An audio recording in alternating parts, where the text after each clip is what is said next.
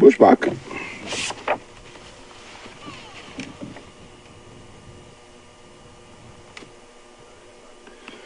Hi, Pamela.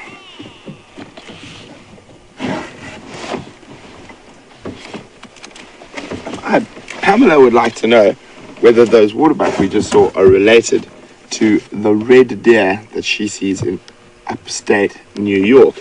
Well, Pamela, unfortunately not. They're not at all. Antelope and deer are not related.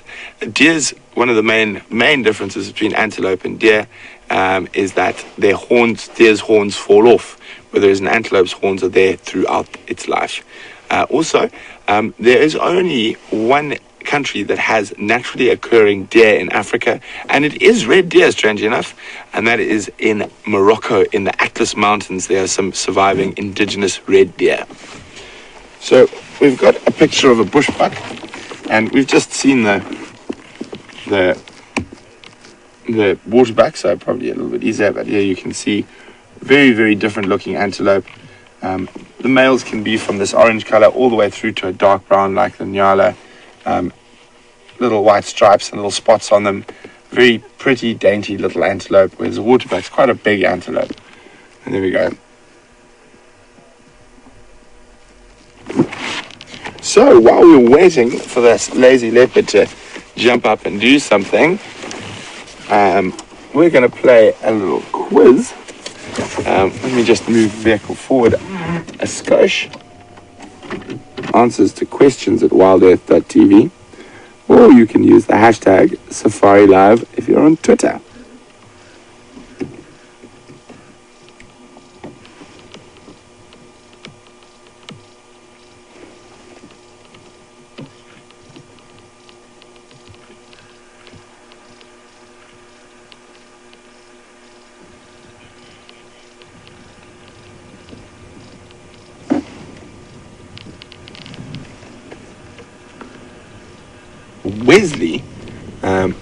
Wesley would like to know whether bushbuck are considered the most threatening buck out of all antelope.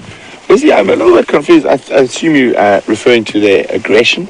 Bushbuck have a very big reputation for being incredibly tenacious fighters when they're wounded or cornered by domestic dogs or even by other animals.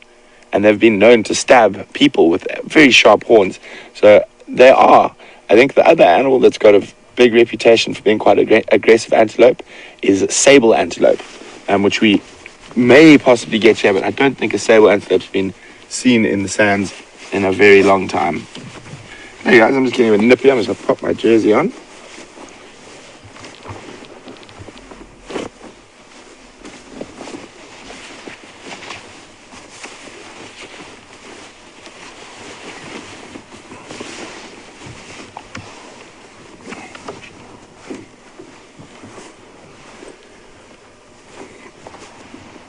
So I'm going to tell you guys a story while we wait for some of those answers on the bird's nests, and it's to do with hippo.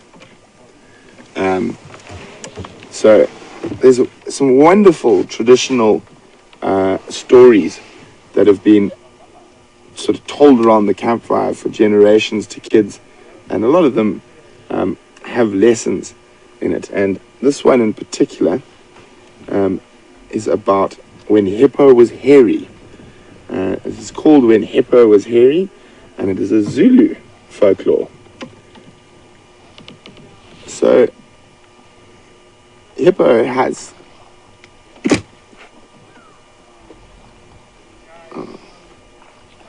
apparently James was actually chatting about some of the African folklores and when hippo was hairy this morning. So well, we'll just keep following up.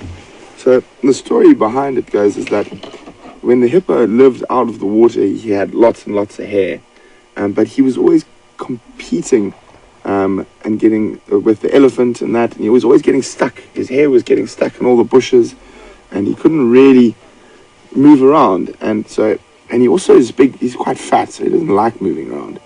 So he went and asked the creator if he could go live in the water. And then the creator asked, well, what are you going to eat? And so Hippo said, no, he wants to eat fish. And the creator says, no, not a chance. The fish are there for the crocodiles and the other fish, and for people to catch. You can't eat fish. There's not enough fish for a big fat animal like you to have. So you can't have any fish. So Hippo literally irritated and begged the creator for the chance to be able to go live in the water. It looks so cool, and it's so hot here in Africa, and his hair was always getting stuck all over the place, and just really generally not having a good time with it.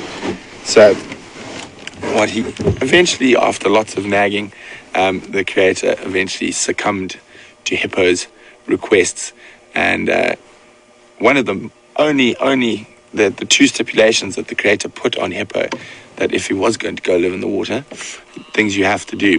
So you have to spread your dung. So that's why the hippos spread their dung. It's so you can check that there are no fish bones in the dung. And also the other thing, why the hippo often open their mouth when they come, it's so you can also check that there's no fish in their mouth. And that is how the hippo lost his hair, because the creator then took away his hair and then he moved into the waters, the rivers and lakes of Africa. But there's a lot of fun little African folklores like that. One of my other favorites with the hippo is actually, it's more of a joke, and it's a Mbogushu, river bushman joke from northern Botswana. And it says you never know whether the hippo is the best joker in the bush, or the worst joker, or the most embarrassed joker. So a hippo will all go underwater, tell each other a joke, and then they'll all come up to the surface and start laughing. And you never know whether they're laughing because the joke was really that funny, or they're laughing at you because you don't know the joke, or they're laughing because they've got such a bad sense of humor that they can't share the joke with anyone. That's an old Mbogush tale from northern Botswana. And the sun's just popping through. Now we just need Mr. Mvula to jump up.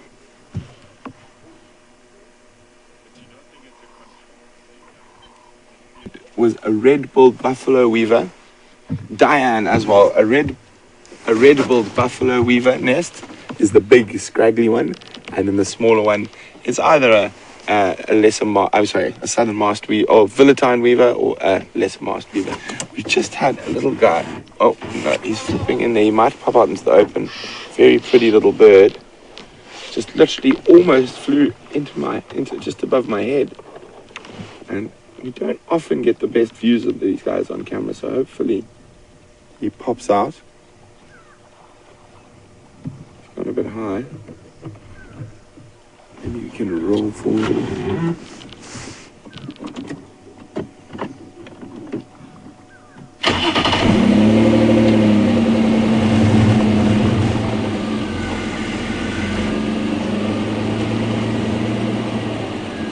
Playing Stalk Birdie again.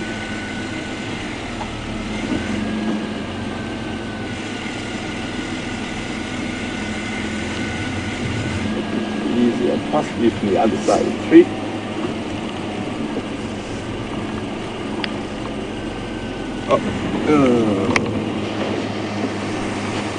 And try and get it as it disappears.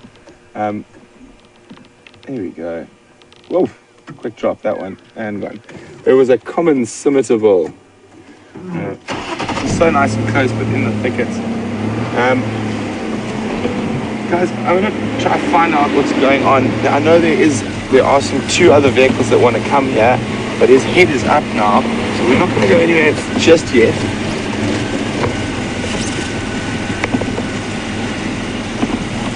So while his head's up, we're not going anywhere. He might get moving shortly. I'll see you in your hand.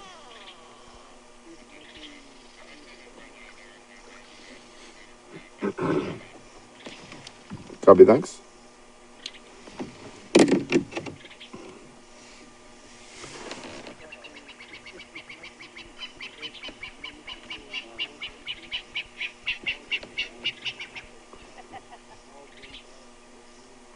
So patience is a really important thing when you are out in the wild.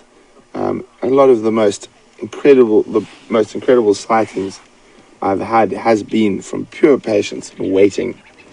And even, strange enough, with my hyperactivity, I seem to be able to find patience when it comes to waiting with animals. They calm me down somewhat, if that's even possible.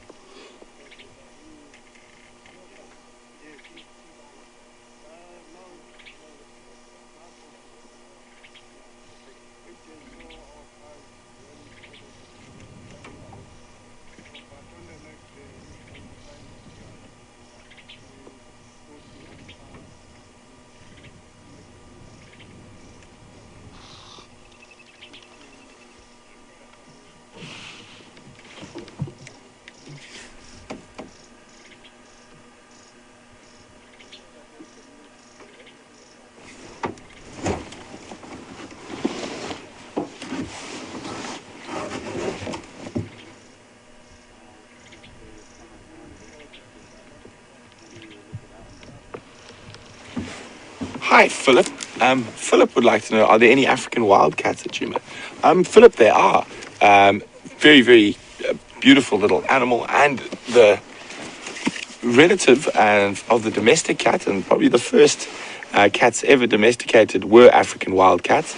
And that was done in Egypt. And if I'm trying to remember the exact date, just give me a second. Oh, he's popped his head up again. And down again. He's quite funny like that. Every time I seem to think he's going to move, he goes back to sleep. Such a beautiful sky.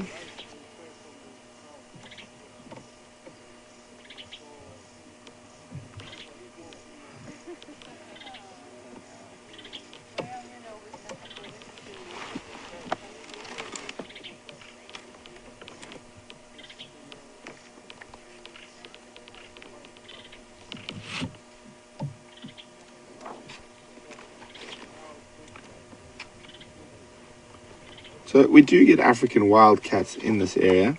I haven't seen one yet, but generally you're only going to see them when you're moving out around quite late at night. And along with the other small cats we get here, it was serval and caracal.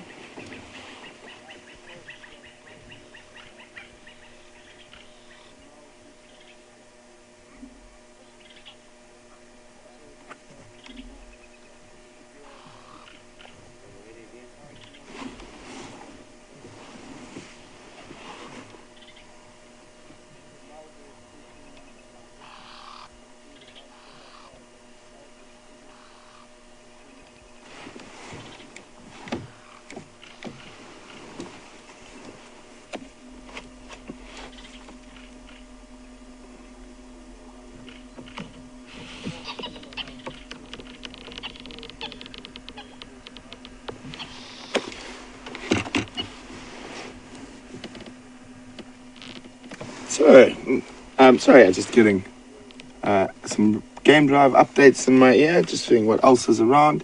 So it seems like there's nothing much else around the reserve this afternoon. This is the only sighting of a big cat that's going on at the moment. So I think it's a good idea to stay here. He should start moving shortly, hopefully.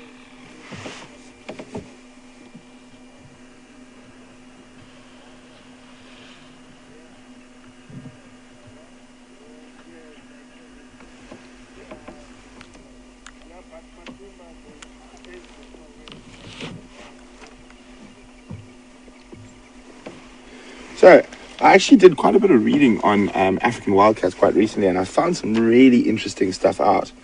And here we go.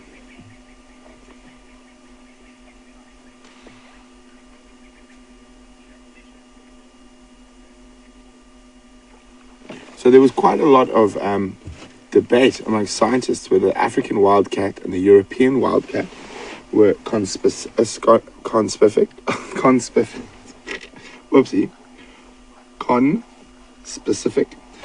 so which means they're the same species basically, and a lot of you will know a cartoon called Sylvester the Cat, and Sylvester is actually named after the Latin name for the European wildcat, which I think is extinct now. And the Latin name for that European wildcat was Felis sylvestris. So that's where Sylvester the cat, the name for the cartoon, came from, which I found quite interesting.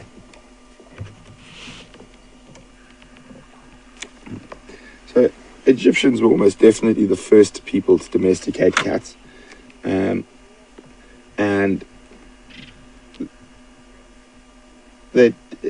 archaeologists guess the domestication of the species happened probably around 3,000 years BC in the first dynasty.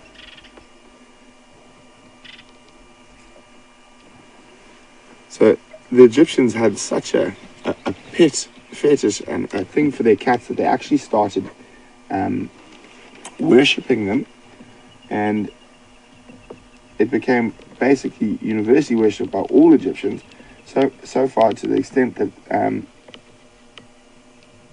when their cat died, the owners would go into mourning, shave off their eyebrows, and mummify and bury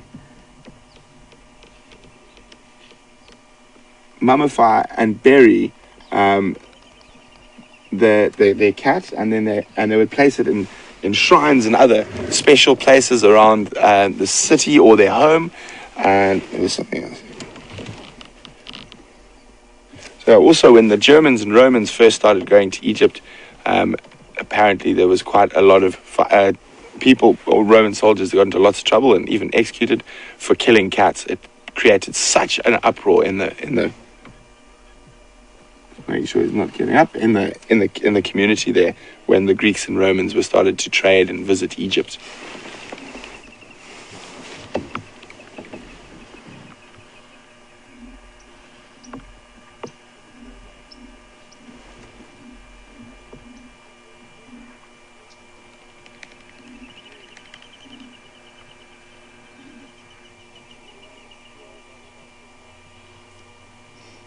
Oh, there's a little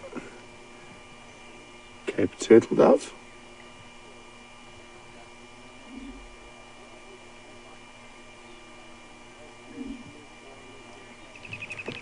Having a drink.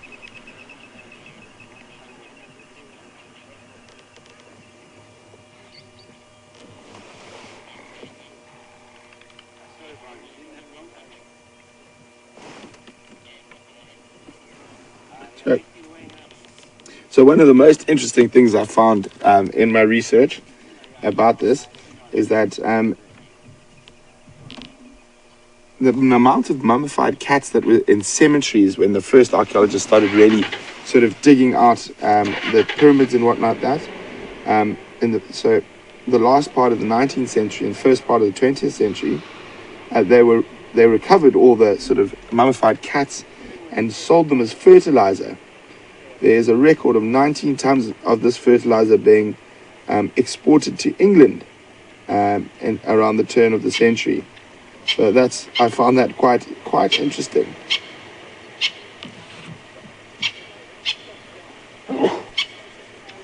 And then during the Middle Ages in Europe,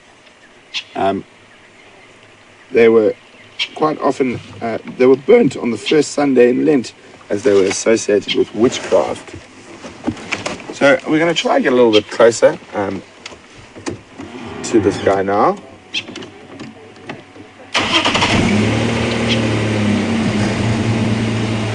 I wish I could make him do a bit more, but I'm really hoping he gets moving shortly.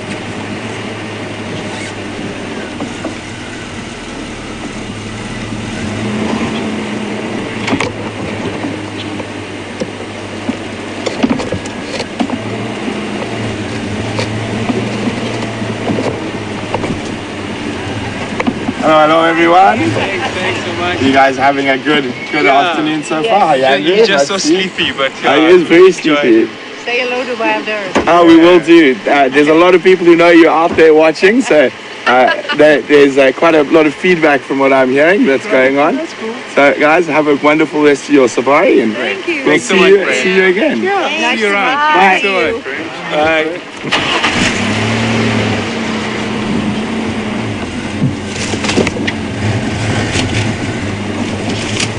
is very lazy. So those tracks we found earlier in the drive, almost definitely, I think, where he came in from the east of us. I'm gonna try see if we can get a little bit closer this time.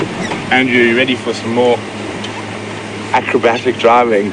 If you could see the look on poor Andrew's face again. He's convinced. I've nearly put him into the dam with the hippo today, and we've been going along this very narrow little edge to try and get closer to the leopard a couple of times. I don't think we're going to go much further than that. Yeah, Andrew's worried about going for a swim. It's quite chilly.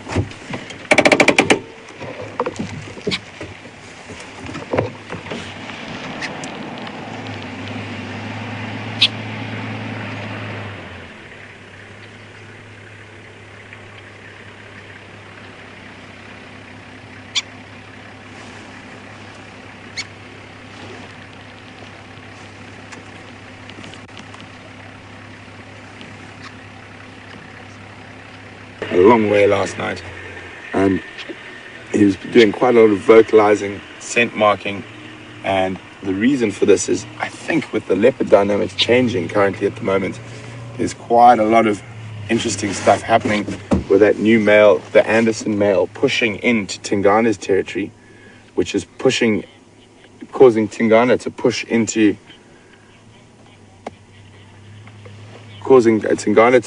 further into Mvula's territory, and this is causing him to probably travel quite big distances.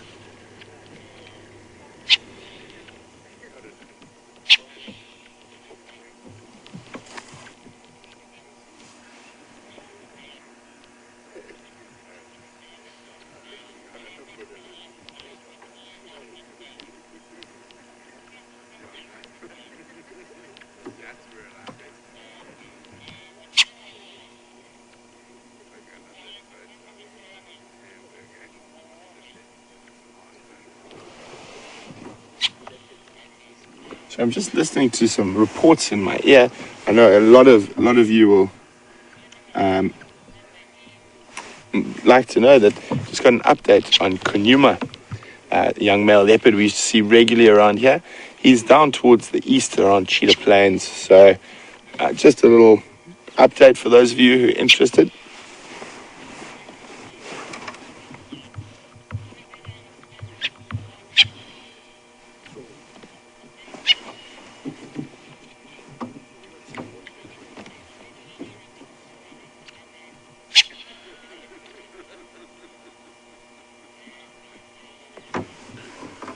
Hi, Mary from Michigan.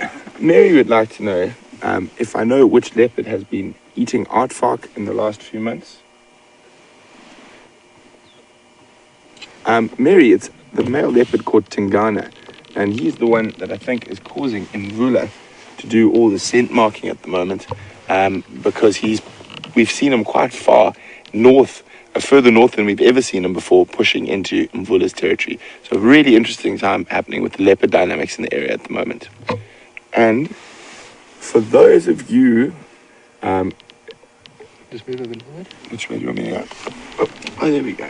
Hold on. For those of you who are also interested, just to keep you updated, there's that lovely little Natal Franklin there.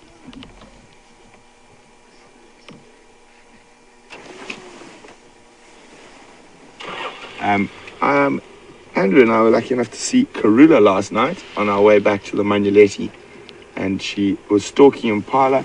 We didn't have a chance to look at her for very long, as we're in a closed vehicle, but it was quite nice to see her and see that she is all still fine and looking quite well, just a little hungry.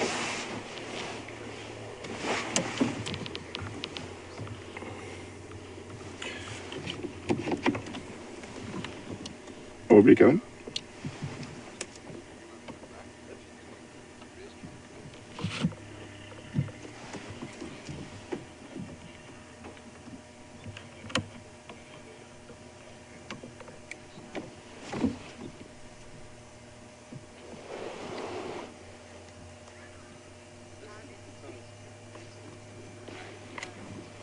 Hi, Steve from Staffordshire.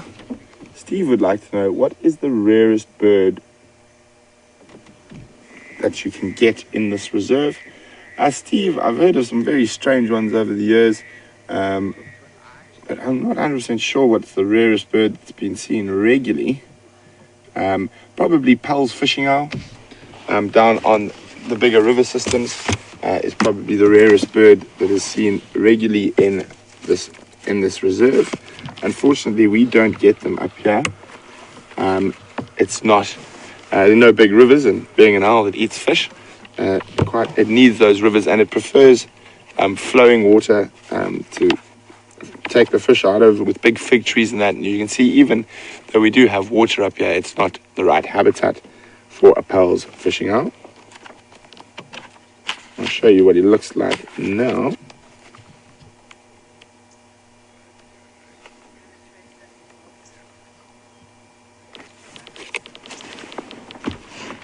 Here he is, number 2.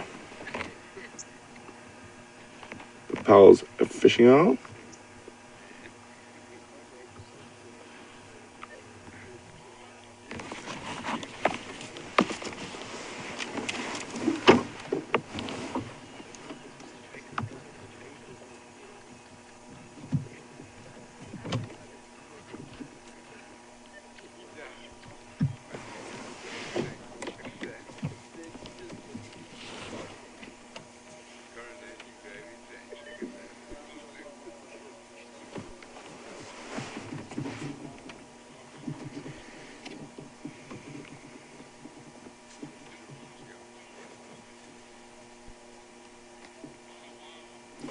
Ray from Las Vegas would like to know, do we get any crows or ravens in this area? We do. We get white-necked ravens and black crows. We get, but not as common. We don't see them that often, but it is possible to get them here.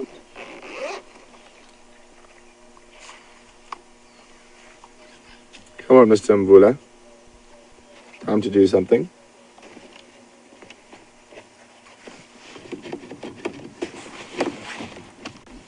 Orbs, what's your plan? How long are you going to stay here?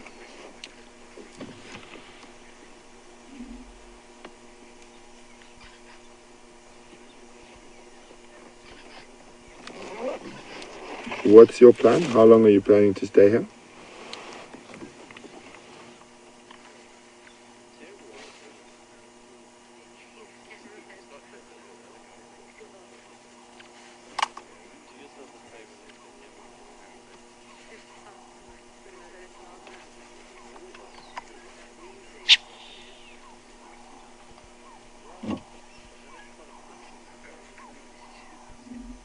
So you can hear quite a nice call in the background there.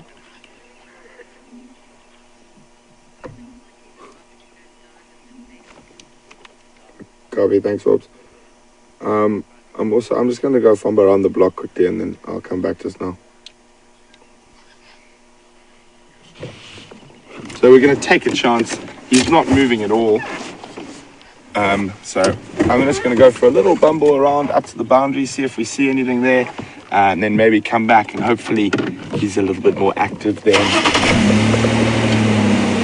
Okay, Andrew, we're making sure we don't roll off the edge. I think you should make sure. Oopsie.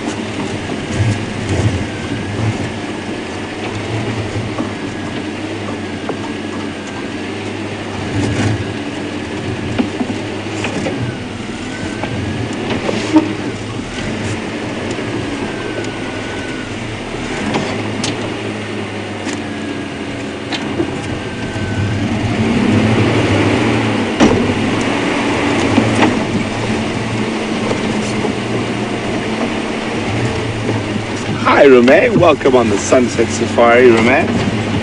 Rene would like to know, can a leopard identify different bird sounds to see if prey is around the corner? I'm not sure. I don't think they pay much attention to most bird sounds unless a bird is alarm calling, and that's not to look for prey. It's actually they're listening to see if there's another predator in the area. I think they will probably take note of oxpeckers, which will let them know that there is possible prey species around. But I think more they will use the sound of birds to notify them of possible predators around.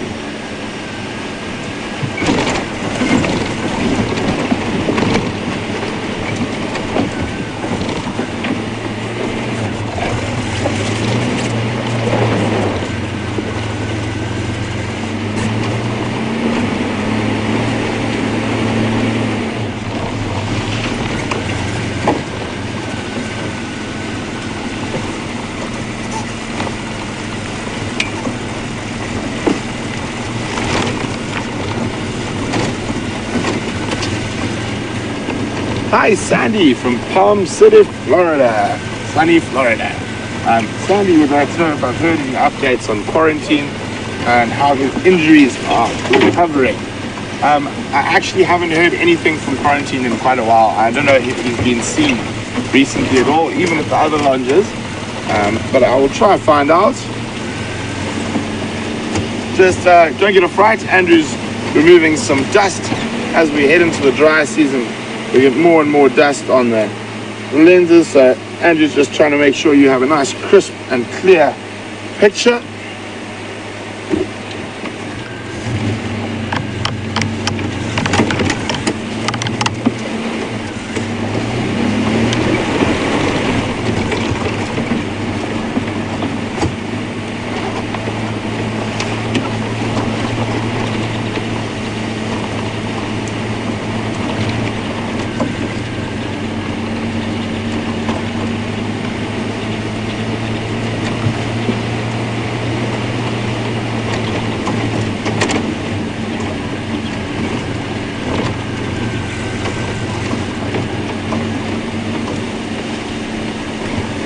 Hi, Kathy from Florida.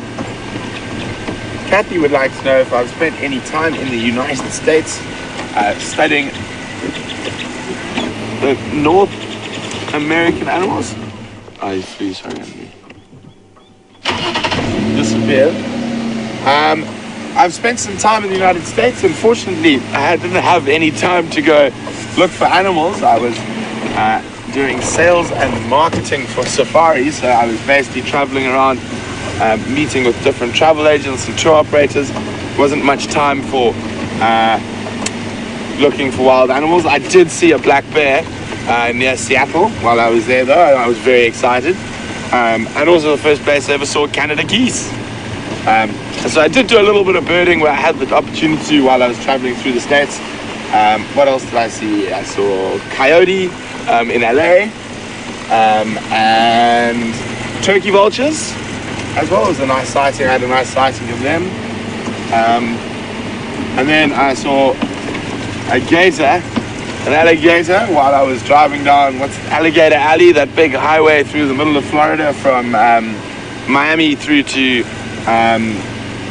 what was the other side called? Orlando. Yes, there we go. Yeah, so I've seen a few North American animals, but obviously nothing like I would like to, and definitely one day I'd like to go have a look at a big grizzly bear and moose.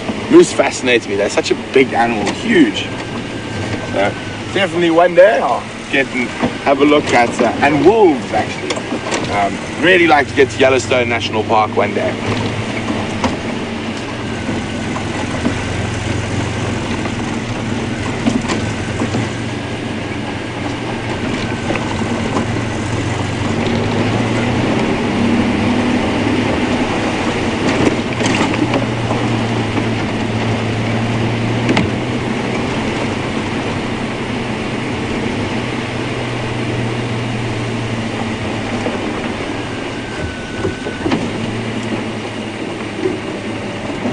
We're just having a quick scoop around the block, see if there's anything around. Also, to give you guys a little bit of change of scenery from where we were. Let's see if we can find something else.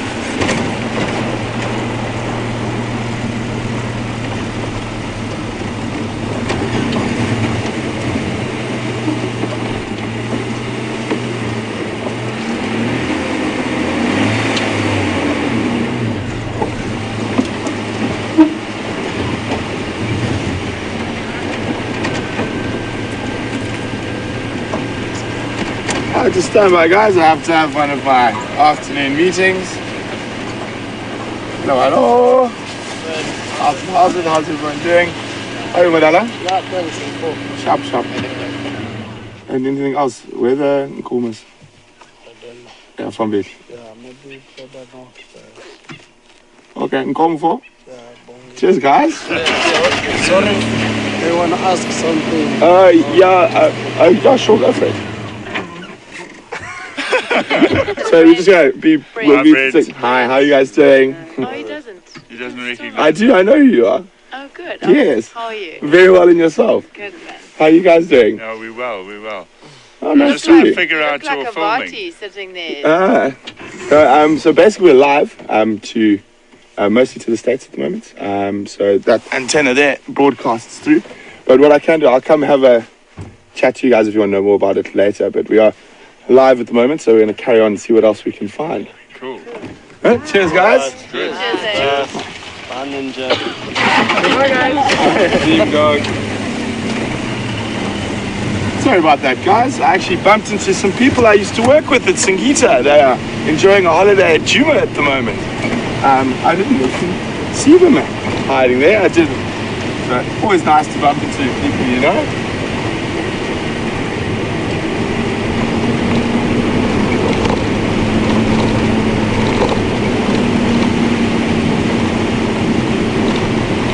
So, always fun. I'm hoping by now Mvula has decided to be a little bit more mobile. So we're going to loop around, check back down towards the dam, but from the other side.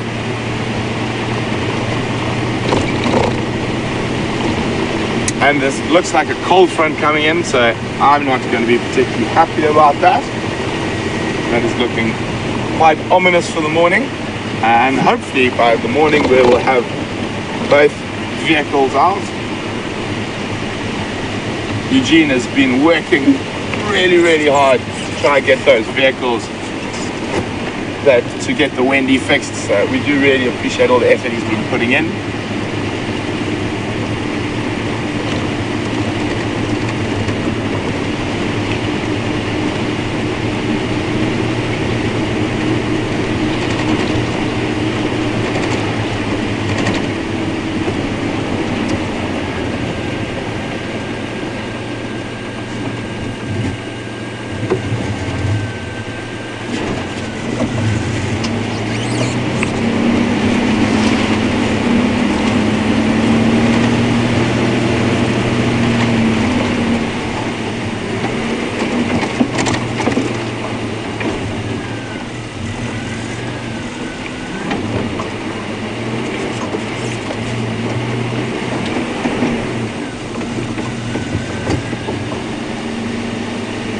So interestingly enough, guys, there's some Impala here, and that's very close to where Mvula is, so hopefully he might be coming back this way. So I'm just going to see if we can get a view of them through the gap. There we go. Have you got there, Andrew? Do you want me to go back, forward? I can't actually see them with my There we eyes. go. Underneath that branch. And try that. There we go. See him there? Yeah. There's an Impala there. So that's very close to where Mvula is, so hopefully he comes this way. So probably not more than 150 meters.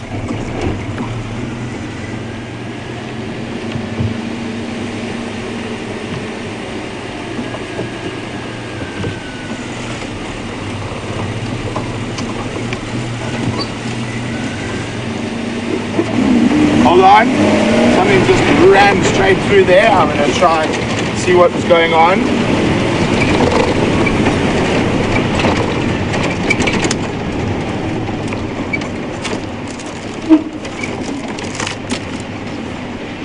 What was that?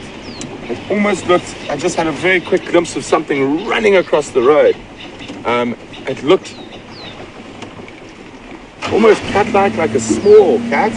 I'm just going to shoot down here quickly to see if Mvula's still in the same place, and then I'll go back and have another look there. But I just saw it shoot across the road at high speed. Make sure he's in. No, he hasn't moved, so he wasn't the cause of that. Let's just go have another quick look. I doubt we're gonna actually get another chance to view it. I cannot even begin to guess what it was, but whatever it was moving at seriously high speed.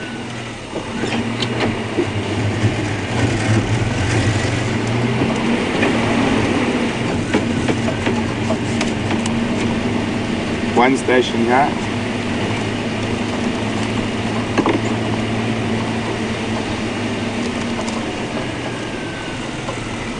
Sorry, go again, Nick.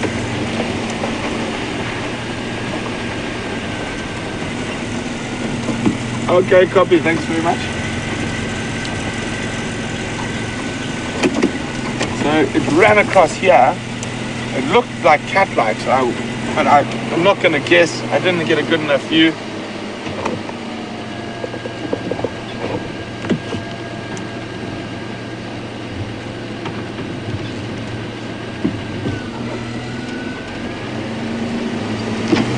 So, I can't see what it was, but it was really moving. Did you have a look at it, Andrew? I didn't see it. Didn't you see it? I wonder what it was. One of those things that's going to have to remain a mystery.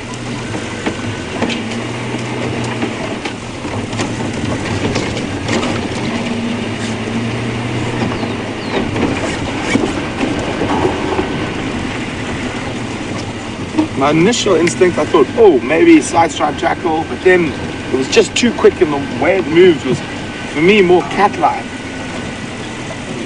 One of life's little mysteries.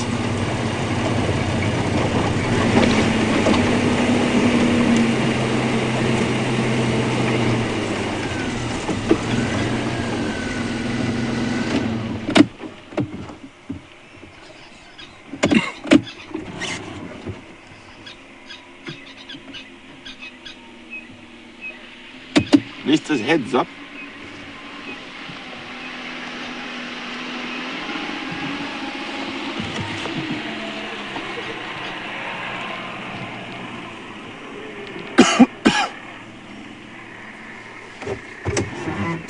I think, just give me a second, sorry. Apparently someone lost some stuff off the vehicle, and Ephraim has kindly picked up our missing clothing and is going to return it.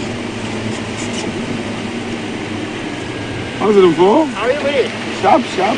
Yes, that is mine. Thank you very much. Thank you, buddy. Thanks very much. I would have been very sad tomorrow morning without that. We put him in the road. Oh. Whereabouts?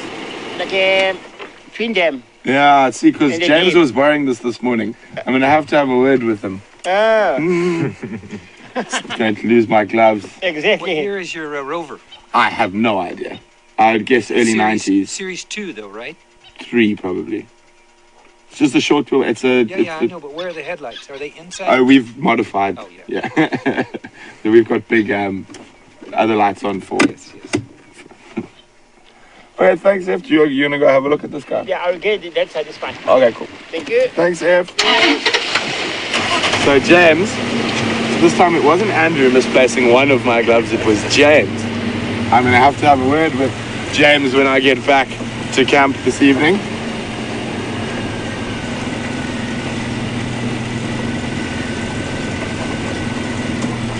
Okay, we're ready, Andrew. Yes. We've done this before. We're getting used to it. Andrew's not so scared anymore.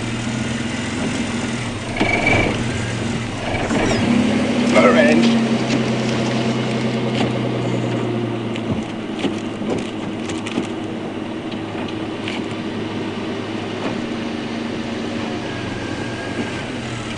Okay. How are your side, Andrew? Oh, good. My side.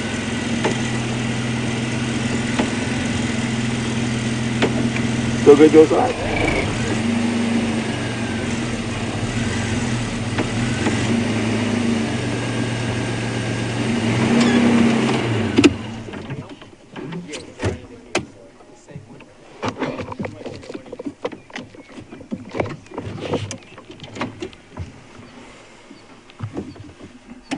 So his head's up. Hopefully he's going to start moving now. What about the one we saw? Those two we saw. Okay. The other big one, the other small one. Yes. Big one and the fire.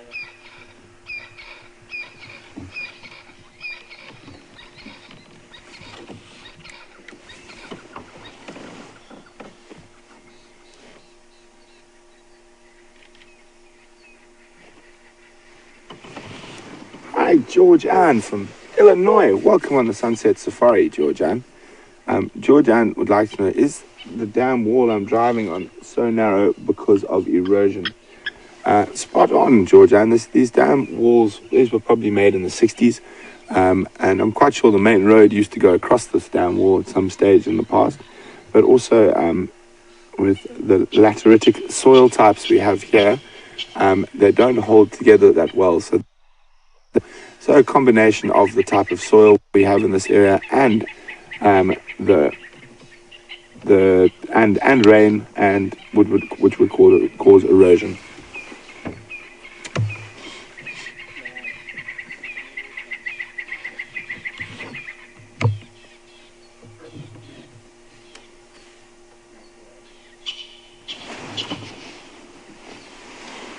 So it looks like his eye is coming on quite nicely.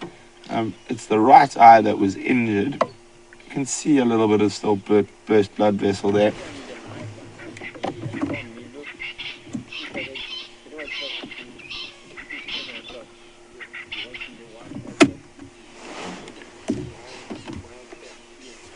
Hi, Wesley. Welcome on the Sunset Safari, Wesley. Wesley would like to know what happens if a leopard comes across a lion. Wesley, generally the leopard will try avoid lions. Lions are much bigger and stronger and will be able to kill even a big male leopard like this.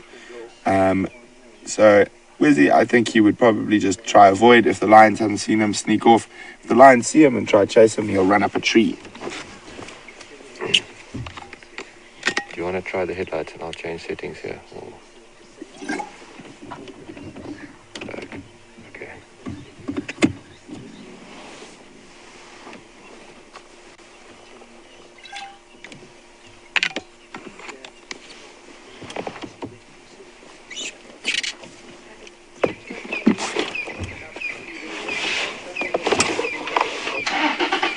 Hi, Pat from Scarborough, Ontario. Welcome on the Sunset Safari, Pat. Sorry, Andrew's just getting out the spotlight. Pat would like to know,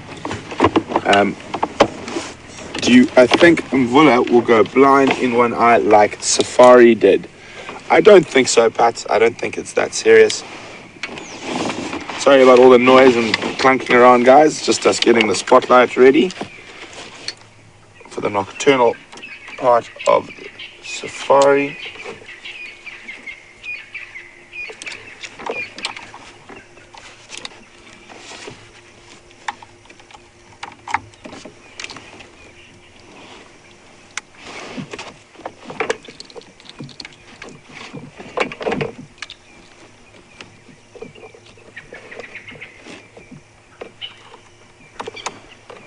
There we go.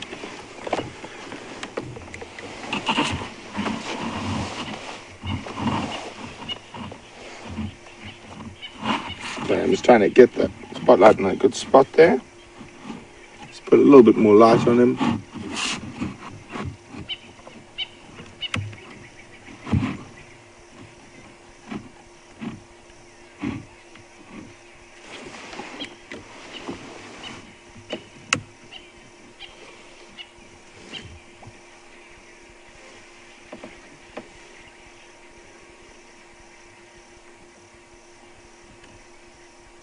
Hi, Veronica. Veronica would like to know whether a vet would ever intervene to look at Mvula's eye. There you can see it a little bit there. Andrew, just can you hold the spotlight for me so I can try to get a close-up snap and we can actually have a good look at it. Of course, he turns his way as soon as I do that. Okay, we'll have to try again a little bit later when he moves. Oh. This is a good sign for a bit of movement, maybe. Bit of scratching, stretching. grooming, yawning. So a vet would never be brought in to interfere with a injury like that. It's definitely a natural injury. So here we go. Oh, that is a wonderful stretch. It's a natural injury, so we wouldn't bring in a vet to interfere.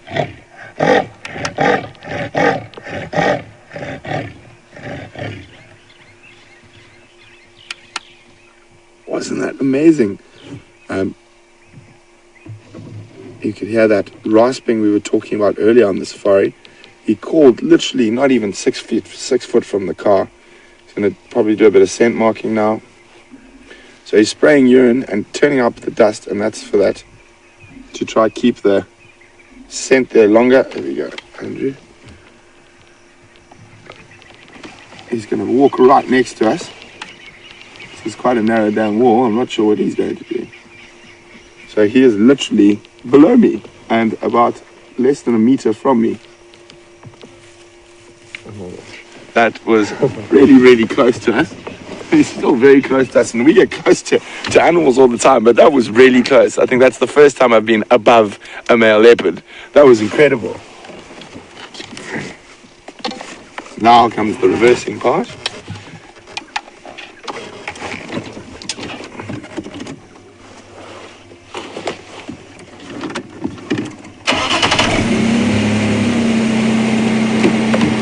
Standing by.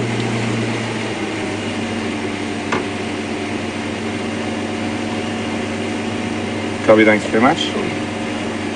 Thanks for trying.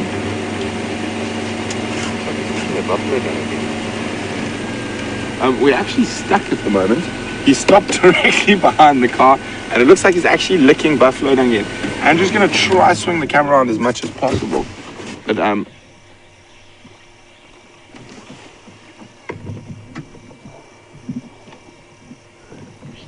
we just suddenly been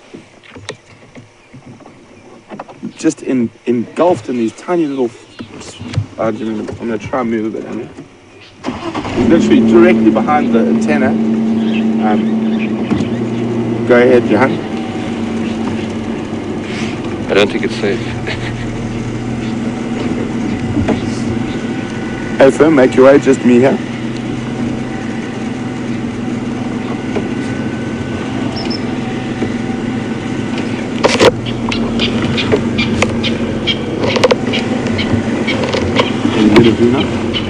Can't see it. Yeah, that's good. I'm just gonna a little bit. There we go.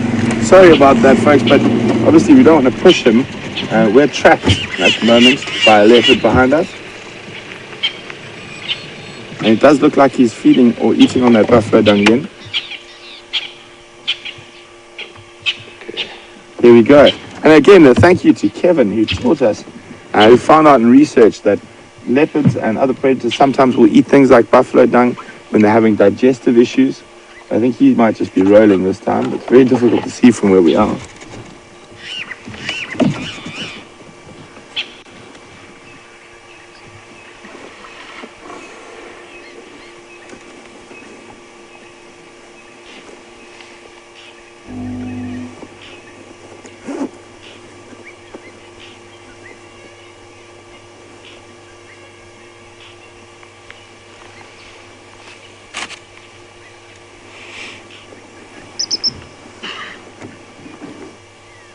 So we can actually see quite nicely that landing strip some of our viewers use to identify Mvula. Oh, he's on the move, so are we. And he's got a 2-lane landing strip where there's Quarantine's got a 4-lane landing strip.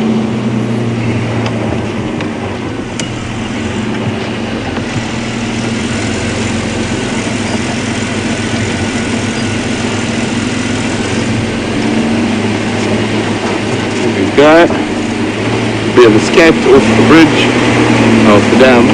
Oh dear.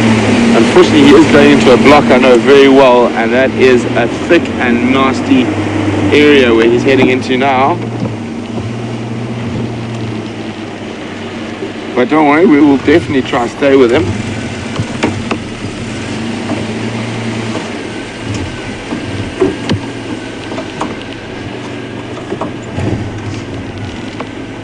He uses this path quite often. I've followed him through here during the day, and it was really hard to stay with him, but staying with him at night, that could be a different story completely in this area. It looks like he's actually changing his direction. He's going to scent mark now. There we go, tail up. Doop doop, quick little dab of urine that smells like buttered popcorn.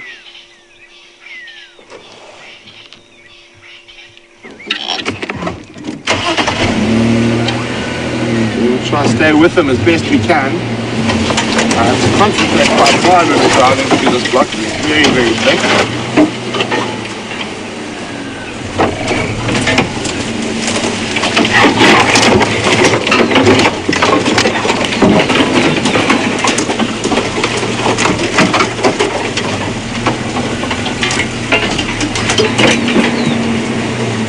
Hi, Ellen from New York. Ellen is wanting to know that sawing he just did, is that because he is lonely as he's looking for his boys quarantine or Djuma or possibly Karula? I don't think so, Ellen. He's doing that to tell Chingana this is still his territory and he must be careful if he wants to come and try and move into his territory because Mvula is still the dominant leopard in this area.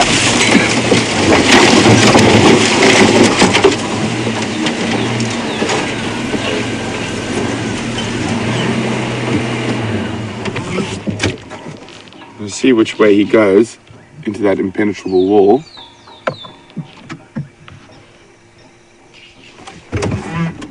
You can see how thick that is in here.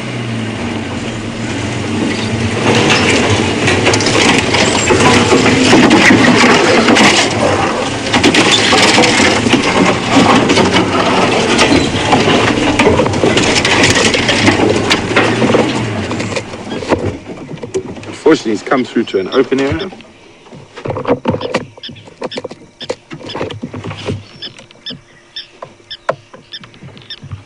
So, guys, there's a strong possibility with the thickness of this block that I might lose him in here, but I will definitely try to stay with him. But Zoomies and people who watch the Djuma Dam Cam, I think there's a very good chance he might pop up on that cam this evening, so keep your eyes open. Lots of rotten meat and stuff gets caught in a big cat's claws, so how they clean it is to get into a nice tree and start scratching.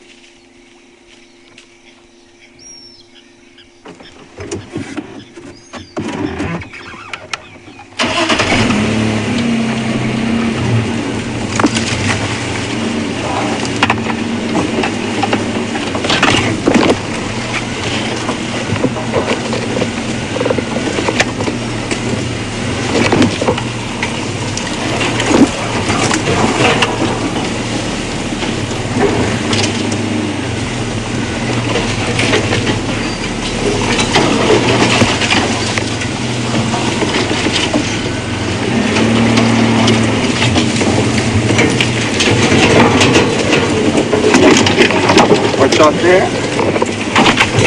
Sorry guys, you've got to concentrate on trying to get through quite a small gap here.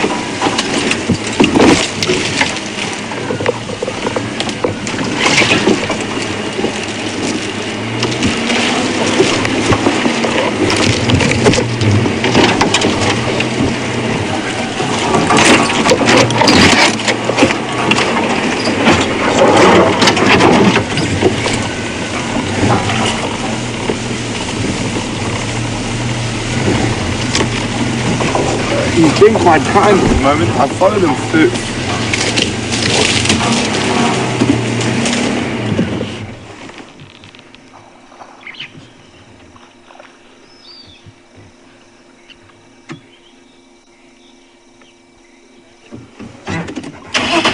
I followed him through a bit further to the south in this block, and it's much thicker than this, so I'm quite thankful for where he's walking at the moment.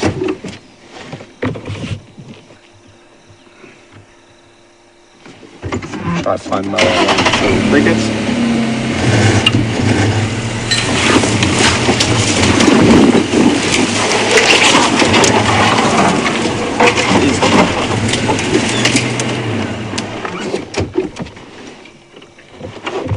He's smelling another leopard scent mark. There we go. There's that Flehmen grimace you've heard about. And so basically he's tasting the scent of another leopard, trying to get some information from it.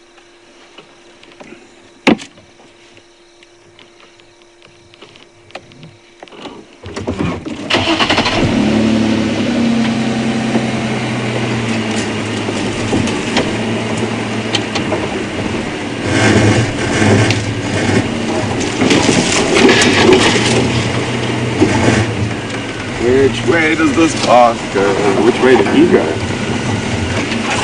Getting up a straight gas. There he is. Oh, I don't know if we're going to get it. Hold on, everyone. Watch, that's very thorny. Very, very thorny. Oh, this is what happens when you try to follow left through this very thick bush.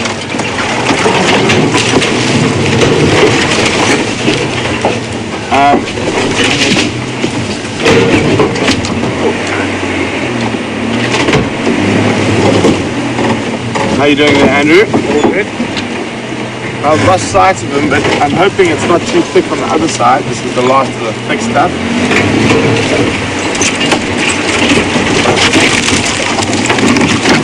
What's your thorns? I was hoping you went up the termite mound, but it doesn't look like it. Ah, got him. And it is a little bit more open here. I'm worried about there's a small drainage line up ahead that can be quite difficult to cross from time to time. Brian and I nearly got stuck there a while ago.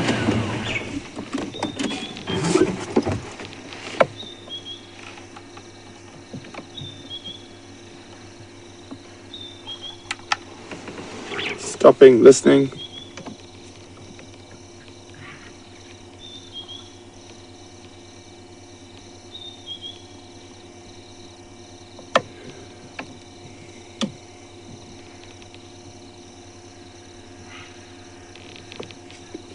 Deciding nothing interesting in that direction.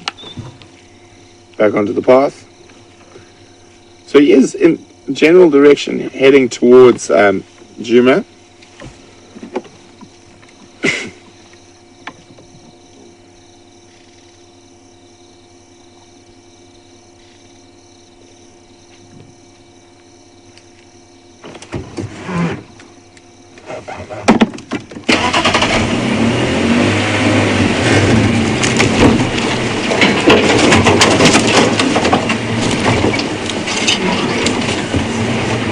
Pat from Alaska. Oh, Pat, I'm going to be with you in a second. I'm just going to try find my way through here. If he goes into here, this could be very difficult.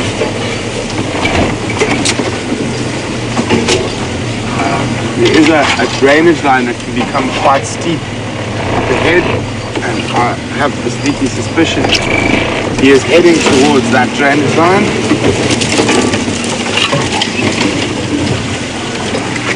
And I've actually lost him in this exact spot before. So he's disappearing there. What we can do, I've learned my mistake. I tried to follow him through there once, and I got stuck and had to turn around and come a long way around. So if I remember correctly, there is a little sneaky spot where you can cross just up ahead. But here it is very steep and very thick.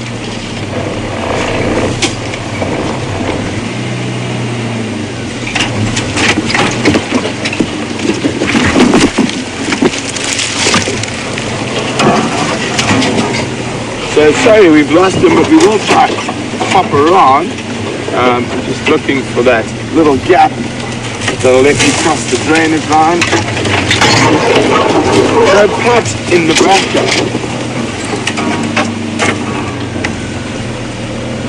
I'm just going to pass the spotlight to Andrew for a second while I negotiate this bush.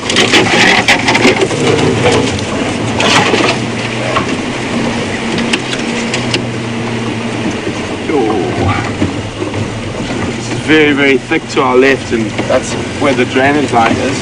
Just trying to get us out of here and try get around to the other side and maybe catch up with Mvula there.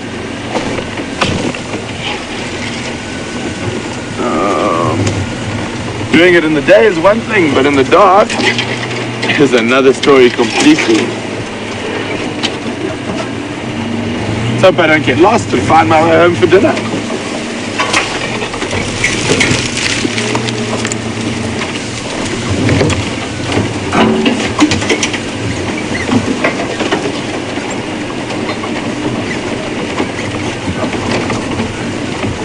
So Pat was asking whether leopards, lions have glands or anything on their paws. Shine on it. There we go. On their paws to help spread scent. But as far as I know, no, they don't. It's only on their. They use their urine to spray. Sometimes some of that scent might get caught on the soles of their feet while they're walking, but they don't have any specialized adaptation that I know of. Oh, they look a bit steep. Yeah. Maybe. It's debatable. Debatable.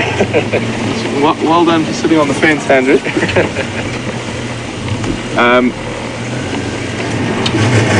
Look over here. We've had a large hole there. Now that's great. How do we get through that on the other side? I know I have crossed somewhere around here before, but it's you see it in the dark. It's a different story.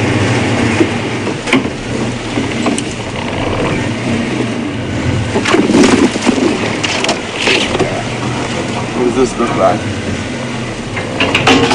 This looks doable.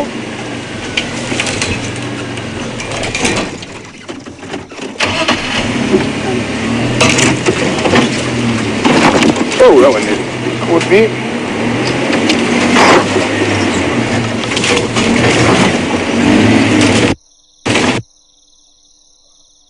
I'm just trying to get out and to go back where we came. Oh, that was would take a lot longer. You okay? Yeah. Well done, Andrew. Now.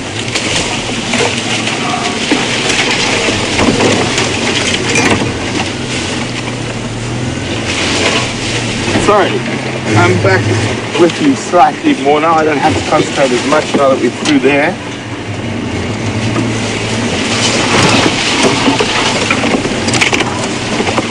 I was going to find my way back to the road.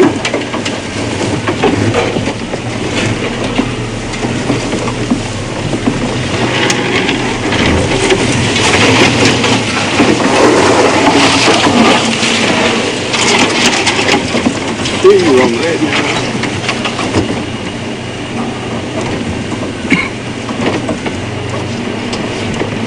So I'm hoping what has happened is that while we were battling away there, Mvula has popped out onto this road. It would have taken us too long to go back where we came, so we had to find a way around. Thank you very much for helping me there, Andrew, while we were bundu bashing. So I'm hoping he's popped out here. So, there you, Mr. Mvula.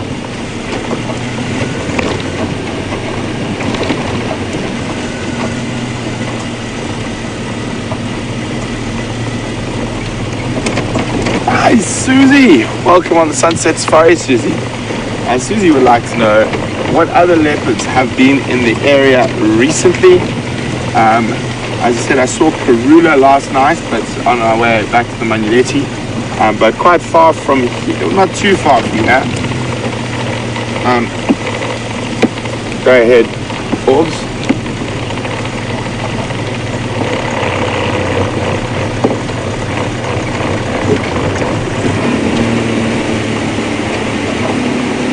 It's just moved.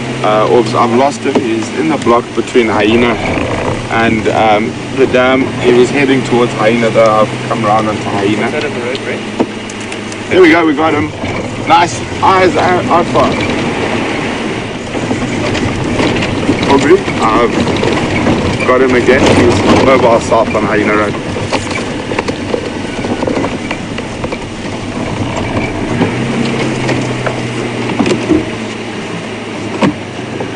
Copy's probably closer to junction with Central now. So, some good guesswork, and we're back with Mvula.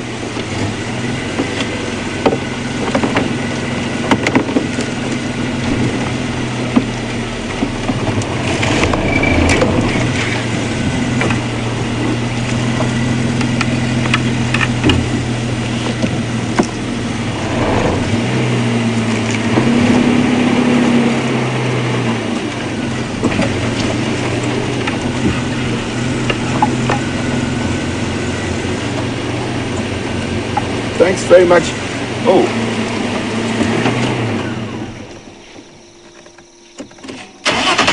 Just started running. I was wondering if he maybe heard another leopard calling, but he stopped again very quickly.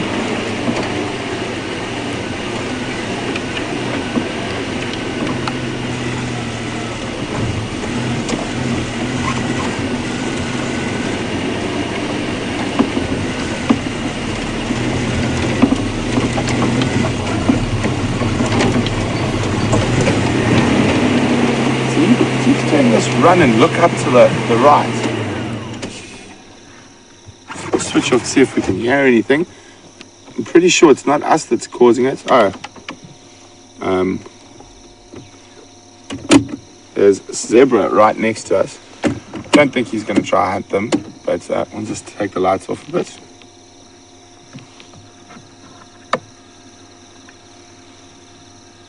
He will possibly, if they have a foal, go for it.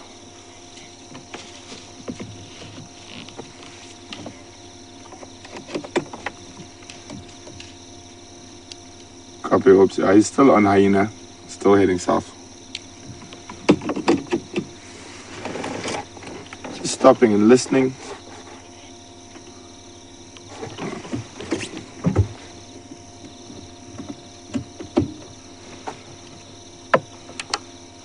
The zebra has seen him, and they're not really too perturbed with him. We're not going to put the spotlight on the zebra, being a diurnal animal. So we only put lights on nocturnal animals. Their eyes work differently, and they don't get blinded by the light, whereas an animal like a zebra would become blinded for a short while by the spotlight if we put it on for an extended period.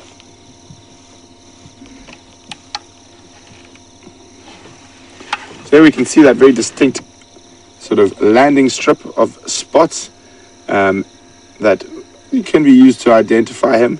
So he's got a double lane landing strip.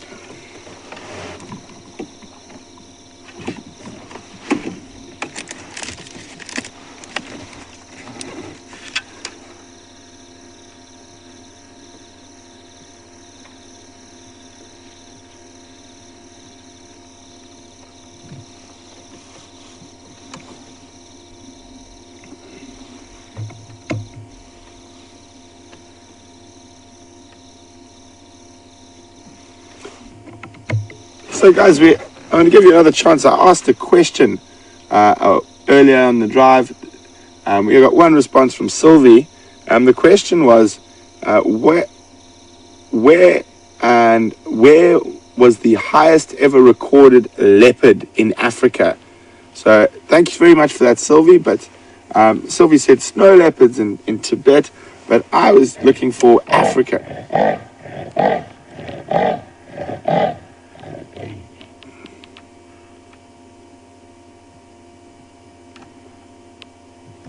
Be interesting if we listen for a little bit, see if he gets a response. And he's changing his mind, coming back towards us.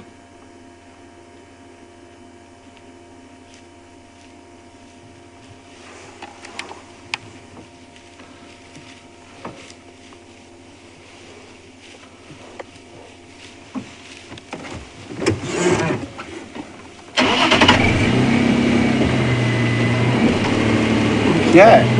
And the question was, where is the highest recorded leopard in Africa? Where was it, and what is the name of the country that it was recorded in, and the name of the place it was recorded?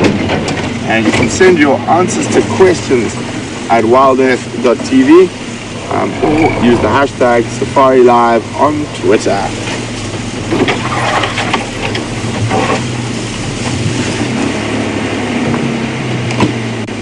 Where are we going?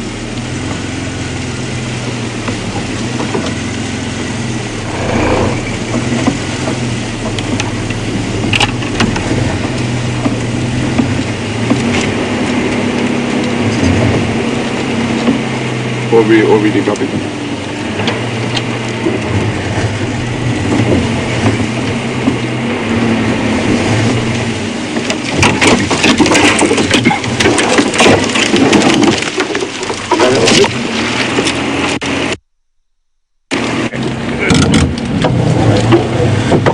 Well done, Andrew. That was quite a tough little spot, that one.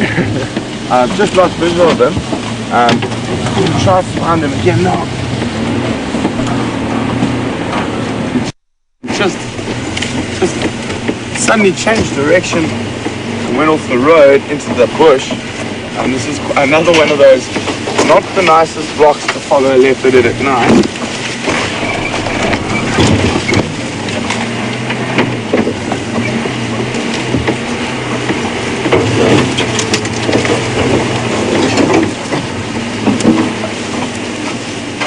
Aubrey coming. I think I got him. I think I got him. There's something there.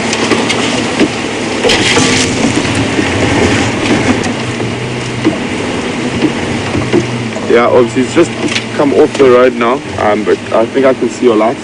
He's just in my spot right now. He's changed direction, heading north now.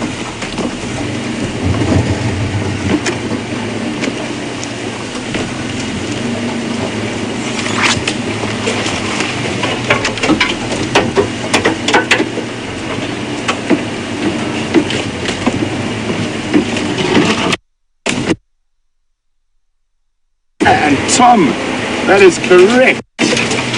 Donna and Tom have got the highest recorded leopard in Africa. It was recorded on Mount Kilimanjaro. It was actually frozen in a glacier. So well done to you guys.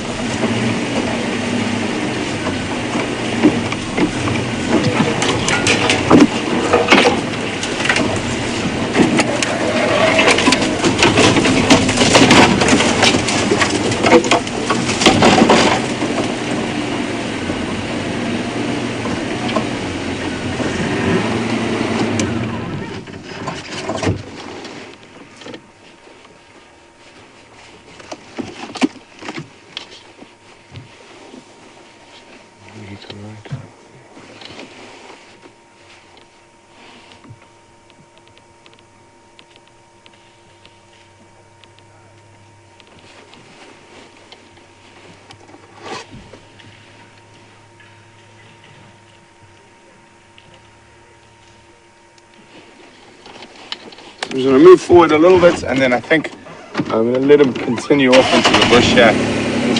He's getting quite thick again.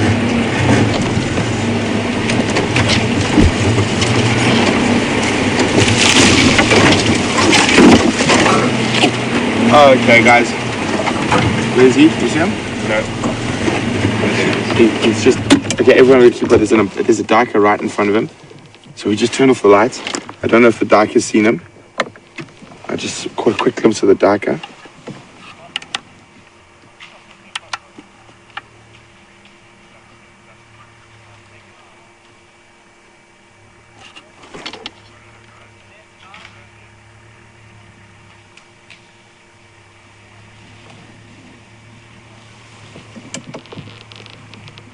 So you can just make him out in one of our side lights. I've angled the side light up.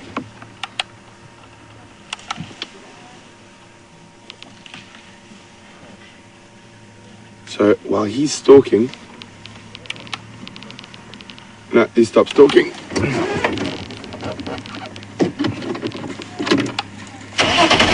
So he stops talking and you see his body language changed again. So we'll keep up with him. So we're gonna have one last quick view. I'm just trying to stay with them for the other guys. He's gonna disappear off into the bush shortly. I'm just waiting for Aubrey to get here so he can stay following him.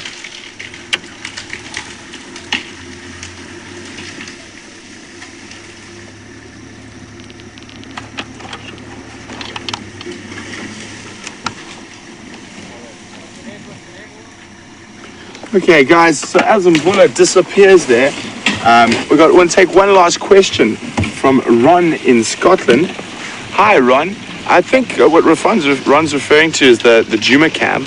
He says he thinks he can hear something calling at night that sounds like a leopard. Ron, then it is probably a leopard. Sorry, I was going to show the guys which way he went. So he most definitely probably is a leopard. And they're calling mostly for territorial reasons to let the other leopards in the area know that this is their territory and they must keep out. The way he's walking at the moment has been quite unusual. He's changing direction a lot, and that means, and that's also probably because that other male leopard has been pushing into his territory. Thanks very much for your question, Ron. We really do appreciate it. So guys, it's been a fantastic day out here with Wild Earth on Djuma Private Game Reserve. And you had a great time this morning with James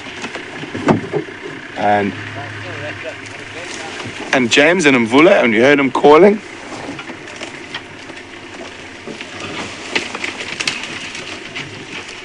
Sorry. So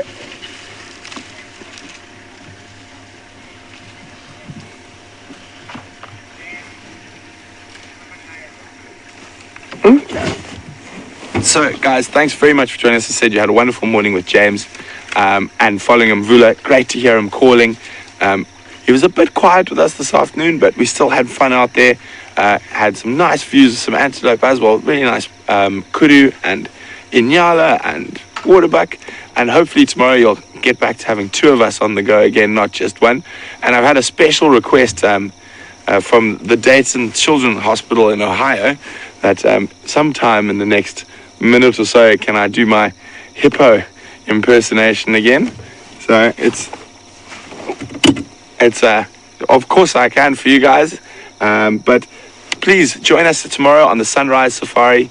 Hopefully as I said, we'll have two vehicles out again. We are trying our best to do that, and it's been great having all of you with us on the sunset safari. Really looking forward to the sunrise safari. Lots of animals to find. And thanks again for all the questions. We really do appreciate it. It's an absolute privilege and a pleasure to be able to take so many of you out on safari, and we can share our knowledge and our passion. So this one, especially now, we're going to go. Let me just get ready. I'm going to need a drink of water before I do this. Okay, this is for all the kids at the Dayton Children's Hospital.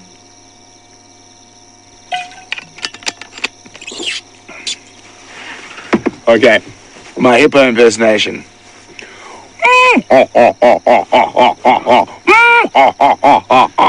On that note, guys, have a wonderful day or night wherever you are in the world, and we'll see you bright and early for the sunrise safari.